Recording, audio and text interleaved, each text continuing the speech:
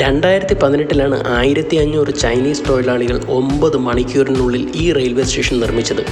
ചൈനയിലെ ലോങ്യാനിലാണ് തൊഴിലാളികൾ 3 റെയിൽവേ പാതകളെ ഒരു പുതിയ റെയിൽവേയുമായി ബന്ധിപ്പിച്ചത്. തെക്കൻ ചൈനയിൽ ഫുജിയാൻ പ്രവിശ്യയിൽ ഒരു പുതിയ ട്രെയിൻ സ്റ്റേഷന് വേണ്ടിയാണ് 1500ഓളം തൊഴിലാളികൾ 9 മണിക്കൂർ ചെലവഴിച്ചത്. 7 ട്രെയിനുകളും 23 കുഴിയെടുക്കുന്നവരുമാണ് ഈ ബൃഹത്തായ പദ്ധതിയെ സഹായിക്കാൻ കൂടെ കൂടിയതെന്ന് റെയിൽവേ നിർമ്മിച്ച സൂപ്പർവൈസർ പറയുകയുണ്ടായത്. നിർമ്മാണ തൊഴിലാളികൾ 3 പ്രധാന റെയിൽ റോഡുകളെ ഗാൻലോങ് റെയിൽവേ, ഗ്യാൻഡ്രിയോലോങ് റെയിൽവേ, ഷാങ്ലോങ് റെയിൽവേ എന്നിവ പുതിയ നാൻലോങ് റെയിൽവേയുമായാണ് ബന്ധിപ്പിച്ചത്. ഇതുകൂടാതെ ഇതിനൊപ്പം ട്രാഫിക് സിഗ്നലുകളും സിഗ്നൽ നിരീക്ഷണ ഉപകരണങ്ങളും അവർ സ്ഥാപിച്ചു. 2018 ജനുവരി 19 വൈകുന്നേരം 6:30 അടുത്ത ദിവസം പുലർച്ചെ 3 മാത്രമാണ് തൊഴിലാളികളെ അവരുടെ അസൈൻമെൻറ്റ് നിറവേറ്റാൻ കൊണ്ടുപോയത്. എന്നതിനാൽ തന്നെ ഇത്രയും പെട്ടെന്ന് പൂർത്തിയായ പ്രോജക്റ്റ് ആയതിനാൽ തന്നെ ആ സമയത്ത് ഈ വാർത്ത വൈറലായിരുന്നു. ഈ ട്രാക്കുകൾ ഇപ്പോൾ മധ്യ ചൈനയെയും തെക്ക് പടിഞ്ഞാറൻ ചൈനയെയും ബന്ധിപ്പിക്കുന്ന അതിവേഗ ശൃംഖലയുടെ ഭാഗമാണ്.